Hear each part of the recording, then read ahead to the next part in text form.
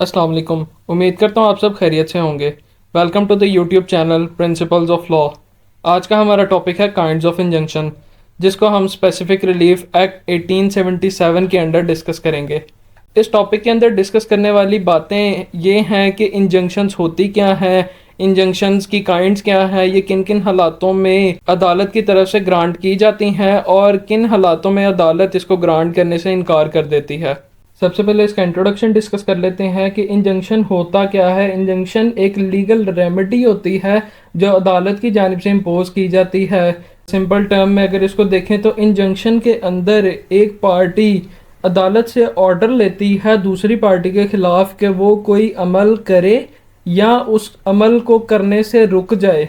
अगर तो वो प्लेंटिफ के फेवर में है उसका अमल करना, तो वो ऑर्डर लेती है कि डिफेंडेंट जो है वो अमल करे, और अगर वो उसकी फेवर में नहीं है, वो उसके लिए नुकसानदेह है, तो फिर वो ऑर्डर लेती है अदालत से कि जो डिफेंडेंट अमल कर रहा है वो उस अमल को बंद कर दे, वो उस अमल को अब मुसलसल ना करे। एक बंदा अदालत से ऑर्डर लेता है डिफेंडेंट को रिस्ट्रेन करने के लिए, तब अगर प्लेंटिफ अदालत से ऑर्डर लेता है डिफेंडेंट को रिस्ट्रेन करने के लिए, इस सूरत में अगर प्लेंटिफ की प्रॉपर्टी को नुकसान पहुंच रहा हो या उसके किसी राइट को नुकसान पहुंच रहा हो, लेकिन जो सूट होता है वो लाजमी तौर पे प्लेंटिफ की जानिब से आर्ग्यूएबल भी होना चाहिए और वो बोनाफाइड इंटेंशन के साथ फाइल हुआ हो। अगर तो उसने इंजंक्शन लेने के लिए सूट जो फाइल किया है वो काबिल बहस ही नहीं है या फिर उसके अंदर नीयत उसकी बुरी है, तो फिर अदालत इंजंक्शन ग्रांट नहीं करती। नेक्स्ट इसकी रेलिवेंट प्रोविजन डिस्कस कर लेते हैं। सेक्शन 52 से 55 तक स्पेसिफिक रिलीफ एक्ट 1877 का डील करता है काइंड्स ऑफ इंजंक्शन के साथ, और इसका क्रॉस रेफरेंस है section 94 order 39 of CPC 1908। Next heading है इंटरप्रिटेशन ऑफ टर्म इंजंक्शन के जो ऑक्सफोर्ड डिक्शनरी ऑफ लॉ है वो कहता है कि रेमेडी मतलब सोल्यूशन या इलाज अदालत के हुक्म के तहत जिसमें वो कहे किसी बंदे को कि वो कोई अमल मुसलसल जो कर रहा है उससे रुक जाए या फिर वो उस अमल को करता रहे जो करने की ज़रूरत है। मतलब अगर एक बंदा कोई अमल कर रहा है और वो प्लेंटिफ के लिए ठीक नहीं है तो अदालत हुक्म देती है कि इस काम को बंद कर दिया जाए, और अगर वो कोई काम नहीं कर रही जो प्लेंटिफ के लिए करना चाहिए, जो प्लेंटिफ के लिए सूटेबल होता है, तो अदालत हुक्म देती है डिफेंडेंट को कि वो उस अमल को करे। नेक्स्ट हेडिंग है definition of injunction. Blacks law dictionary definition इसकी बयान करती है कि अदालत का हुक्म जिसके अंदर वो कहे किसी भी अमल को करने का या उस अमल से रुक जाने का। फिर नेक्स्ट हेडिंग है ओरिजिन ऑफ इंजंक्शंस। ओरिजिन जो बुनियाद है ये कहाँ से निकली है इंजंक्शन, ये इक्विटी कोर्ट्स जो थी वो उन्होंने प्रिवेंटिव रिलीफ ग्रांट करना शुरू किया था उन बंदों को, उन लोगों को जिनके फंडामेंटल राइट्स की खिलाफ वर्जी हो रही थी। नेक्स्ट हेडिंग है preventive relief who granted. Section 52 के अंडर इसको डिस्कस करेंगे कि प्रिवेंटिव रिलीफ अदालत अपनी मर्जी से देती है इंजंक्शन के अंदर, ये टेम्परेरी भी हो सकती है और परपीचुअल मतलब परमानेंट भी हो सकती है। अब नेचर ऑफ रिलीफ इसका डिस्कस करते हैं। स्पेसिफिक रिलीफ एक्ट 1877 डील करता है टेम्परेरी और परपीचुअल इंजंक्शंस के साथ।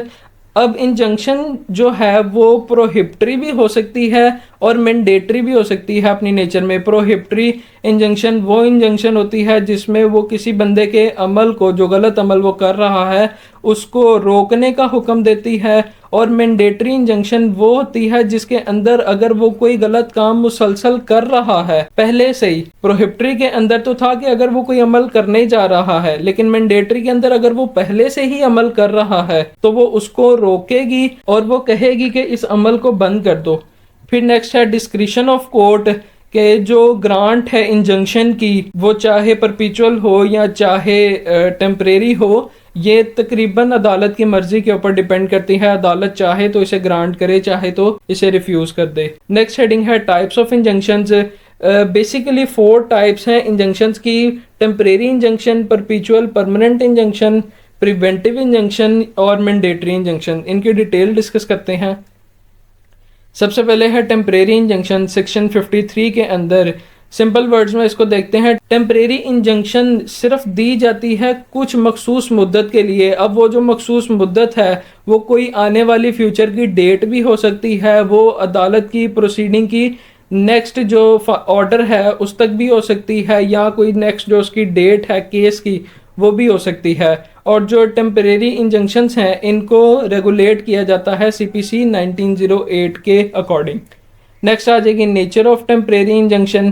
टेम्परेरी इंजंक्शन अदालत किसी भी ट्रायल की शुरुआत में ही दे देती है, या फिर आप प्रोसीडिंग के दौरान भी इसको किसी भी वक्त ले सकते हो। इसका बेसिक पर्पस ये होता है कि जो स्टेटस को है उसको मेंटेन किया जा सके। मतलब अगर एक प्रॉपर्टी को नुकसान पहुंच रहा है, डिफेंडेंट जो है वो खुदाई कर रहा है प्रॉपर्टी के अंदर और प्लेंटिफ चाह रहा है कि वो ना हो, तो जब अदालत के पास मैटर जाता है तो अदालत टेम्परेरी इंजंक्शन के तहत उसको रोक देती है डिफेंडेंट को कि तुम मजीद खुदाई ना करो। अगर ऐसा ना किया जाए, टेम्परेरी इंजंक्शन ग्रांट ना हो, तो फिर जो खुदाई है वो तो मुसलसल चलती रहेगी और प्लेंटिफ को मजीद नुकसान होता रहेगा। तो इसको रोकने के लिए टेम्परेरी इंजंक्शन ग्रांट की जाती है। नेक्स्ट पॉइंट है determination of right of parties के। जो टेम्परेरी इंजंक्शन है वो पार्टीज के राइट को डिसाइड नहीं करती, डिटरमिन नहीं करती। फिर period of granting temporary injunction, इसको केस की प्रोसीडिंग के दौरान किसी भी वक्त ग्रांट किया जा सकता है अदालत की जानिब से। फिर नेक्स्ट पॉइंट है matter considered by court while granting temporary injunctions. कौन कौन से मैटर्स अदालत मद्देनजर रखती है जब वो टेम्परेरी इंजंक्शन ग्रांट करती है। सबसे पहला है एग्जिस्टेंस ऑफ प्रिमा फेसाई केस, कि अगर तो प्लेंटिफ ने टेम्परेरी इंजंक्शन के लिए अप्लाई किया है कोर्ट को, रिक्वेस्ट की है कोर्ट को, तो फर्स्ट ऑफ ऑल उसका केस जो है वो प्रिमा फेसाई होना चाहिए, वो आर्ग्यूएबल हो। इसके लिए ज़रूरी नहीं है कि प्लेंटिफ का टाइटल मौजूद हो, बस सिर्फ इतना ज़रूरी है कि वो ये समझता हो कि अगर वो अप्लाई कर रहा है तो उसको टेम्परेरी इंजंक्शन ग्रांट कर दी जाएगी, वो जीत जाएगा केस। और सेकंड पॉइंट है irreparable injury would be cause if injunction is refused, कि अगर वो अदालत से रिक्वेस्ट कर रहा है इंजंक्शन की और अदालत उसको ग्रांट नहीं करती तो प्लेंटिफ को ऐसा नुकसान होगा जिसको हम रिपेयर नहीं कर सकते, जिसका कोई बाद में सोल्यूशन नहीं निकलेगा। नेक्स्ट आ जाएगी परपीचुअल और परमानेंट इंजंक्शन। सबसे पहले इसकी डेफिनेशन डिस्कस करते हैं। ब्लैक्स लॉ डिक्शनरी कहती है कि वो इंजंक्शन जो फाइनल हेयरिंग के बाद फैसले के दौरान ग्रांट की जाए मेरिट के ऊपर, उसको हम परमानेंट इंजंक्शन या परपीचुअल इंजंक्शन कहते हैं। फिर नेक्स्ट पॉइंट है परपीचुअल इंजंक्शन हाउ ग्रांटेड, सेक्शन 53 के अंडर इसको डिस्कस करेंगे। परपीचुअल इंजंक्शन ग्रांट की जाती है सिर्फ डिक्री की सूरत में, और ये हेयरिंग के बाद मेरिट्स के ऊपर जब सूट का फैसला होता है उसके अंदर ग्रांट की जाती है। फिर आ जाएगा नेचर ऑफ परपीचुअल इंजंक्शन। परपीचुअल इंजंक्शन सिर्फ तब ग्रांट की जाती है जब प्लेंटिफ का राइट इस्टेब्लिश हो और डिफेंडेंट की तरफ से उसके राइट को इन्फ्रिंज करने की या तो कोई थ्रेट हो, खतरा हो, या फिर उसको इन्फ्रिंज कर दिया हो, उसको तोड़ दिया हो। और परपीचुअल इंजंक्शन ये परमानेंट होती है अपनी नेचर के अंदर।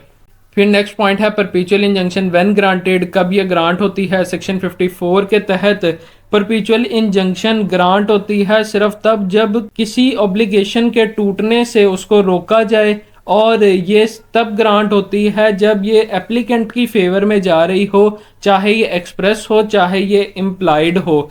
परपीचुअल इंजंक्शन ग्रांट की जाती है तब जब प्लेंटिफ के राइट डिफेंडेंट की तरफ से या तो इन्फ्रिंज हो, इन्वेड हो, टूटे, या फिर खतरा हो उसके टूटने का, और या जो उसकी इंजॉयमेंट है प्रॉपर्टी की ऊपर प्लेंटिफ की, उसको कोई नुकसान हो। फिर नेक्स्ट पॉइंट है to prevent the breach of obligation. Perpetual injunction grant की जाती है ताकि जो ड्यूटी है, जो जिम्मेदारी है, उसके टूटे जाने से उसको बचाया जा सके। फिर नेक्स्ट पॉइंट है एक्सप्रेसली और बाय इम्प्लीकेशन, के ऑब्लिगेशन जो है वो एक्सप्रेस भी हो सकती है और इम्प्लाइड भी हो सकती है। नेक्स्ट पॉइंट है contractual obligation. Court परपीचुअल injunction grant नहीं करती तब तक जब तक वो अपनी डिस्क्रिशन इसके अंदर इस्तेमाल ना कर ले, और ये मामला स्पेसिफिक परफॉर्मेंस के ऊपर डिपेंड करता है। अदालत इंजंक्शन वहाँ पे ग्रांट नहीं करती जहाँ पे कॉन्ट्रैक्ट स्पेसिफिकली इन्फोर्सेबल ना हो। ये सिर्फ वहाँ पे ग्रांट की जाती है जहाँ पे कॉन्ट्रैक्ट इटसेल्फ स्पेसिफिकली इन्फोर्सेबल हो, स्पेसिफिक रिलीफ एक्ट 1877 के अंदर। इसी तरह ही अगर कॉन्ट्रैक्ट वॉइड है तब भी कोई इंजंक्शन ग्रांट नहीं की जाती। फिर नेक्स्ट पॉइंट है डिक्री फॉर परपीचुअल इंजंक्शन। जो डिक्री है इंजंक्शन की वो एग्जीक्यूट होती है सिर्फ तब जब वो इस काबिल हो कि उसके ऊपर अमल दरामद किया जा सके, और अगर डिफेंडेंट उसको जानबूझ के डिसोबे करे, उसका इनकार करे, तो उसके ऊपर कंटेम्प्ट ऑफ कोर्ट भी, तौहीन अदालत भी लगाई जा सके। फिर नेक्स्ट पॉइंट है एग्जीक्यूशन का, कि जो एप्लीकेशन है परपीचुअल इंजंक्शन की डिक्री को एग्जीक्यूट करवाने की, उसके लिए भी कोई टाइम पीरियड मुख्तस नहीं है, उसके ऊपर कोई लिमिटेशन नहीं लगाई गई। नेक्स्ट टाइप है प्रिवेंटिव इंजंक्शन। इसमें प्रिवेंटिव इंजंक्शन की जो नेचर है वो प्रोहिबिशन की होती है, मतलब इसके अंदर डिफेंडेंट को किसी अमल के मुसलसल करने से उसको रोका जाता है, या अगर कोई अमल वो करने जा रहा हो तो उससे रोका जाता है। सेकंड पॉइंट में भी प्रोहिबिटरी और रिस्ट्रिक्टिव इंजंक्शन में यही बात आ जाएगी कि इंजंक्शन जो रोके किसी भी काम के मुसलसल होने से जो गलत है उसे प्रोहिबिटरी और रिस्ट्रिक्टिव इंजंक्शन कहते हैं। नेक्स्ट टाइप है मैंडेटरी इंजंक्शन की। सेक्शन 55 के अंदर इसका फर्स्ट पॉइंट है रिस्ट्रेन द डिफेंडेंट, कि मैंडेटरी इंजंक्शन हुक्म देती है डिफेंडेंट को कि वो कोई पॉजिटिव अमल करे या फिर रुक जाए किसी रॉन्गफुल एक्ट से। सेकंड पॉइंट है prevent the breach of obligation, कि अदालत अपनी मर्जी से ग्रांट करती है इंजंक्शन सिर्फ इस वजह से ताकि अगर कोई ऑब्लिगेशन का ब्रीच हो रहा हो उसको रोका जा सके, या अगर होने जा रहा हो तो उसको पहले ही रोक दिया जाए। फिर नेक्स्ट पॉइंट है grant of mandatory injunction.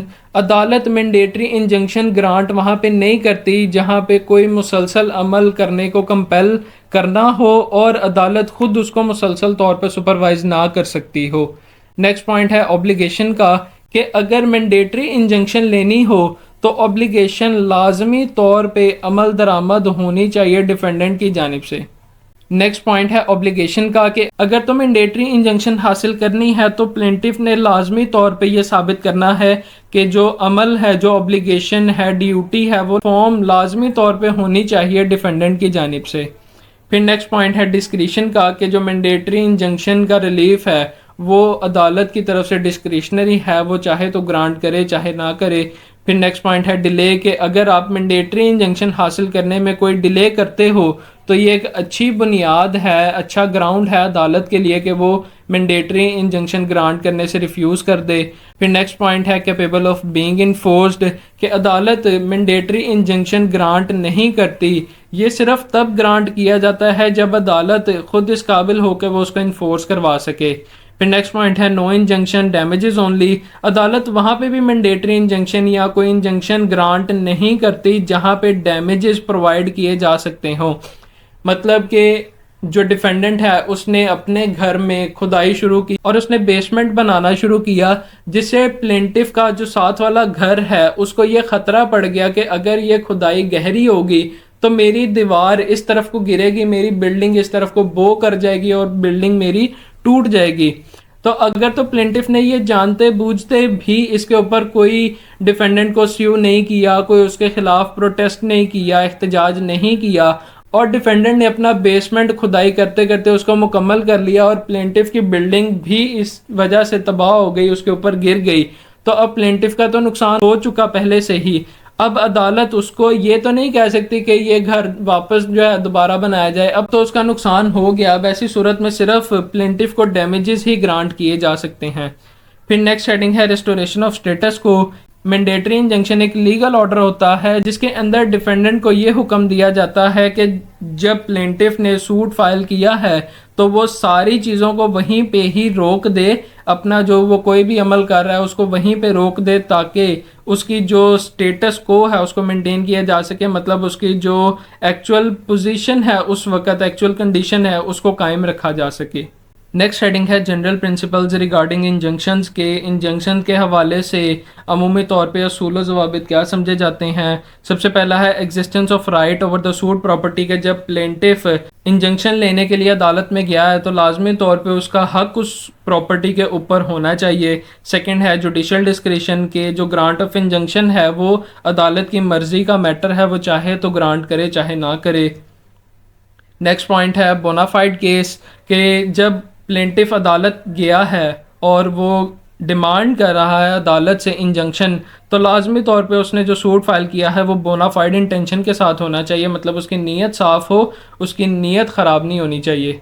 Next point है बैलेंस ऑफ कन्वीनियंस, कि अदालत अमूमी तौर पे इंजंक्शन वहाँ पे ग्रांट करती है जहाँ पे वो ये देखे कि जो बैलेंस ऑफ कन्वीनियंस है वो प्लेंटिफ के फेवर में जा रहा है। नेक्स्ट है effect of non granting injunction, के प्लेंटिफ को ये साबित करना पड़ता है कि अगर उसे इंजंक्शन नहीं दी जाएगी तो उसको कोई इररिपेरेबल लॉस हो जाएगा, और अदालत ये देखती है कि अगर मैं इसको परमानेंट इंजंक्शन नहीं दे सकती तो मैं इसको टेम्परेरी इंजंक्शन तो ग्रांट कर दूं। नेक्स्ट है रिलीफ इन कंपनसेशन, के जहाँ पे प्लेंटिफ सेटिस्फाई हो जाए कंपनसेशन से तो वहाँ पे भी अदालत इंजंक्शन ग्रांट नहीं करती। नेक्स्ट है पर्पस ऑफ इंजंक्शन, इंजंक्शन का मकसद क्या है? इंजंक्शन का बुनियादी मकसद ये है कि स्टेटस को मेंटेन कर लिया जाए। नेक्स्ट पॉइंट है कंट्राडिक्टरी रिलीफ, अदालत वहाँ पे भी प्लेंटिफ को रिलीफ नहीं करती परमानेंट इंजंक्शन जहाँ पे उसने पहले टेम्परेरी इंजंक्शन जो ग्रांट की है उसकी नेचर मुख्तलिफ हो परमानेंट इंजंक्शन के साथ, मतलब परमानेंट इंजंक्शन और टेम्परेरी इंजंक्शन ये दोनों किसी डिफरेंट नेचर्स के हो जाएं, तो ऐसी सूरत में भी परमानेंट इंजंक्शन ग्रांट नहीं की जाती। नेक्स्ट पॉइंट है सूट फॉर डिक्लेरेशन, के जहाँ पे जो मुकदमा दायर हुआ है वो सिर्फ डिक्लेरेशन का है तो वहाँ पे भी इंटरम और टेम्परेरी इंजंक्शन ग्रांट नहीं की जाती। फिर नेक्स्ट है इक्विटेबल कंडीशंस, कि अदालत ने जब इंजंक्शन ग्रांट करनी है तो उसने लाजमी तौर पे डिस्क्रिशन को इम्पोज करते हुए हालातों वाक़यात को मद्देनज़र रखना है कि वो इक्विटेबल कंडीशंस को इम्पोज कर रही है, लागू कर रही है या नहीं कर पा रही। नेक्स्ट है रीजनेबल एप्रीहेंशन, के प्लेंटिफ को ये साबित करना है कि अगर उसको इंजंक्शन ग्रांट ना की गई तो उसकी प्रॉपर्टी को ख़तरा हो सकता है, उसकी प्रॉपर्टी का नुकसान हो सकता है, वो ज़ाया हो सकती है। नेक्स्ट है वोलेशन ऑफ इंजंक्शन, अदालत जो इंजंक्शन का हुक्म देती है वो लाजमी तौर पर डिफेंडेंट की जानिब से ओबे होना चाहिए। अगर उसके अंदर कोई वोलेशन होती है तो डिफेंडेंट के ऊपर कंटेम्प्ट प्रोसीडिंग लगाई जा सकती है, मतलब तो इन्हें अदालत लगाई जा सकती है। नेक्स्ट हेडिंग है general principles regarding temporary injunction, के अगर आपने टेम्परेरी इंजंक्शन लेने जाना है अदालत के पास तो लाजमी तौर पर ये 3 चीज़ें मौजूद होनी चाहिए। सबसे पहला है प्रेमा फेशाई आर्ग्यूएबल केस, फिर बैलेंस ऑफ कन्वीनियंस, फिर इररिपेरेबल लॉस और इंजरी। मतलब प्रेमा फेशाई आर्ग्यूएबल केस के जो आप केस दायर कर रहे हो वो लाजमी तौर पे काबिल बहस होना चाहिए, उसको एंटरटेन किया जा सके अदालत की जानिब से। दूसरा बैलेंस ऑफ कन्वीनियंस है कि जो प्लेंटिफ है उसकी फेवर में बैलेंस ऑफ कन्वीनियंस होना चाहिए, मतलब उसको ये हो कि जो मैं इंजंक्शन लेने जा रहा हूँ वो लाजमी तौर पे मुझे ग्रांट होगी, मैं इस केस को विन करूँगा। नेक्स्ट है इरिपेरेबल इंजरी और लॉस, के अगर तो वो उसे टेम्परेरी इंजंक्शन ग्रांट नहीं की जाएगी तो उसे कोई ऐसा नुकसान हो जाएगा जिसका कोई हर्जाना नहीं है, उसको ठीक नहीं किया जा सकता। नेक्स्ट हेडिंग है परपीचुअल इंजंक्शन व्हेन ग्रांटेड, ये कब ग्रांट की जाती है? अदालत ने जब परपीचुअल इंजंक्शन ग्रांट करनी है प्लेंटिफ को तो उसने ये 3 मामलात मद्देनज़र रखने हैं। सबसे पहला कि जो जिम्मेदारी है, ऑब्लिगेशन है, उसको तोड़ने से बचाया जा सके। फिर कोई ऑब्लिगेशन अगर कॉन्ट्रैक्ट से अराइज हुई है तो उसको भी टूटने से बचाया जा सके, और जो प्लेंटिफ का राइट है प्रॉपर्टी का या उसकी इंजॉयमेंट का उसको भी बचाया जा सके। जो डिफेंडेंट है वो ना ही उसको तोड़े ना ही उसको थ्रेट करे तोड़ने की। नेक्स्ट हेडिंग है difference between temporary and permanent injunction, temporary injunction और परमानेंट इंजंक्शन में नेचर के हवाले से डिफरेंस ये है कि जो टेम्परेरी है वो ग्रांट की जाती है कि स्टेटस को मेंटेन किया जा सके, परमानेंट इंजंक्शन ग्रांट की जाती है कि प्लेंटिफ के जो राइट्स हैं उनको प्रिजर्व और प्रोटेक्ट कर लिया जाए। ऑब्जेक्ट के हवाले से देखें तो टेम्परेरी इंजंक्शन डिफेंडेंट को कुछ मखसूस मुद्दत के लिए रोकती है किसी अमल से, और ये कोई नेक्स्ट हेयरिंग तक हो सकती है या कोई और वैसे डेट हो या कोई नेक्स्ट ऑर्डर हो सकता है अदालत का। और परमानेंट इंजंक्शन इसके अंदर कोई मुद्दत नहीं होती, और अगर इसको तोड़ा जाए डिफेंडेंट की तरफ से तो उसके ऊपर कंटेम्प्ट प्रोसीडिंग भी लगाई जा सकती है। नेक्स्ट देख लेते हैं व्हेन ग्रांटेड, टेम्परेरी इंजंक्शन आप केस के दौरान किसी भी वक्त ले सकते हो, और परमानेंट इंजंक्शन वो ट्रायल मुकम्मल होने के बाद फाइनल हेयरिंग पे जब फैसला मेरिट पे किया जाता है ये परमानेंट इंजंक्शन उसके अंदर ग्रांट होती है। नेक्स्ट इफेक्ट देख लेते हैं। टेम्परेरी इंजंक्शन सिर्फ एमरजेंसी हालातों में निकलता है, इसके अंदर कोई राइट्स इंक्लूड नहीं होते। जबकि परमानेंट इंजंक्शन वो एक डिक्री की सूरत में दी जाती है जिसके अंदर राइट्स को भी मेंटेन किया जाता है सूट प्रॉपर्टी के ऊपर। नेक्स्ट पॉइंट है रेगुलेशन। टेम्परेरी इंजंक्शन को order 39 rule 1 and rule 2 CPC 1908 के अकॉर्डिंग रेगुलेट किया जाता है, और जो परमानेंट इंजंक्शन है उसको section 38 to 42 specific relief act 1877 के अकॉर्डिंग रेगुलेट किया जाता है। नेक्स्ट पॉइंट है डिसोल्यूशन। टेम्परेरी इंजंक्शन को डिसॉल्व किया जा सकता है ऑर्डर 39 रूल 4 सीपीसी 1908 के अकॉर्डिंग। परमानेंट इंजंक्शन को हम डिसॉल्व नहीं कर सकते। कॉन्सिक्वेंसेस देख लेते हैं। टेम्परेरी इंजंक्शन ग्रांट की जाती है कुछ मखसूस मुद्दत के लिए ताकि डिफेंडेंट को उस वक़्त तक रोका जा सके, आने वाले वक़्त तक रोका जा सके जो अदालत ने मुतय्यन किया है। और परमानेंट इंजंक्शन ग्रांट तब की जाती है प्लेंटिफ के हक में डिफेंडेंट के खिलाफ जब डिफेंडेंट कोई गलत अमल कर रहा हो। फिर नेक्स्ट हेडिंग है डिक्री फॉर इंजंक्शन। अदालत ग्रांट करती है इंजंक्शन उस बंदे को जिसकी प्रॉपर्टी खतरे में हो या उसकी प्रॉपर्टी ज़ाया होने के करीब हो। नेक्स्ट हेडिंग है एग्जीक्यूशन। अदालत जो ग्रांट करती है इंजंक्शन डिक्री की सूरत में, उसकी एग्जीक्यूशन के लिए जो दरख्वास्त दायर की जाती है उस परपेचुअल इंजंक्शन की दरख्वास्त के लिए कोई भी मुकर्रर मुद्दत कायम नहीं की गई, कोई टाइम लिमिटेशन मौजूद नहीं है। नेक्स्ट हेडिंग है व्हेन इंजंक्शंस आर रिफ्यूज्ड। इसमें सबसे पहले इंजंक्शन तब रिफ्यूज की जाती है जहां पे प्रोसीडिंग्स मल्टीप्लिसिटी के अंदर मौजूद हों, जहां पे कोई फैसला कोई हायर कोर्ट ने किया है और आप किसी सबॉर्डिनेट कोर्ट के पास चले जाओ इंजंक्शन लेने के लिए, तो वहां पे जो सबॉर्डिनेट कोर्ट है वो भी रिफ्यूज कर देती है। ये वहां पे भी रिफ्यूज कर दी जाती है जहां पे आप अप्लाई करना चाह रहे हो किसी लेजिस्लेटिव बॉडी को। इंजंक्शन वहां पे भी रिफ्यूज कर दी जाती है जहां पे इंटरफेरेंस करनी हो किसी पब्लिक ड्यूटी के अंदर। फिर अगर कोई स्टे प्रोसीडिंग क्रिमिनल मैटर की हो वहां पे भी इंजंक्शन ग्रांट नहीं की जाती। फिर जहां पे कॉन्ट्रैक्ट जो स्पेसिफिकली इन्फोर्सेबल ना हो वो अगर ब्रीच हो जाए तो वहां पे भी इंजंक्शन ग्रांट नहीं की जाती। फिर इंजंक्शन नॉइजेंस की बुनियाद पे भी ग्रांट नहीं की जाती। इंजंक्शन वहाँ पे भी ग्रांट नहीं की जाती जहाँ पे आपने उसके मद्दे मुकाबिल कोई एफिकेशियस रिलीफ, मतलब ठीक आप मुनासिब समझते हो रिलीफ, वो आपने पहले से ही हासिल कर लिया हो। फिर उसके बाद अदालत वहाँ पे भी इंजंक्शन ग्रांट नहीं करती जहाँ पे आपके पास अदालत को असिस्ट करने का हक मौजूद ना हो। और फिर जो कोई पर्सनल इंटरेस्ट के मैटर हो वहाँ पे भी इंजंक्शन ग्रांट नहीं की जाती। लास्ट पे हमारे पास कंक्लूजन आ जाएगी। तो उम्मीद करता हूँ आपको आज का मेरा लेक्चर पसंद आया होगा और ये आपके लिए काफ़ी हेल्पफुल भी साबित होगा। जाते जाते आपसे रिक्वेस्ट है कि चैनल को सब्सक्राइब करें, बेल आइकन पे प्रेस करें और इस वीडियो को अपने दोस्तों के साथ भी शेयर करें। जज़ाकल्लाह, अल्लाह हाफिज़।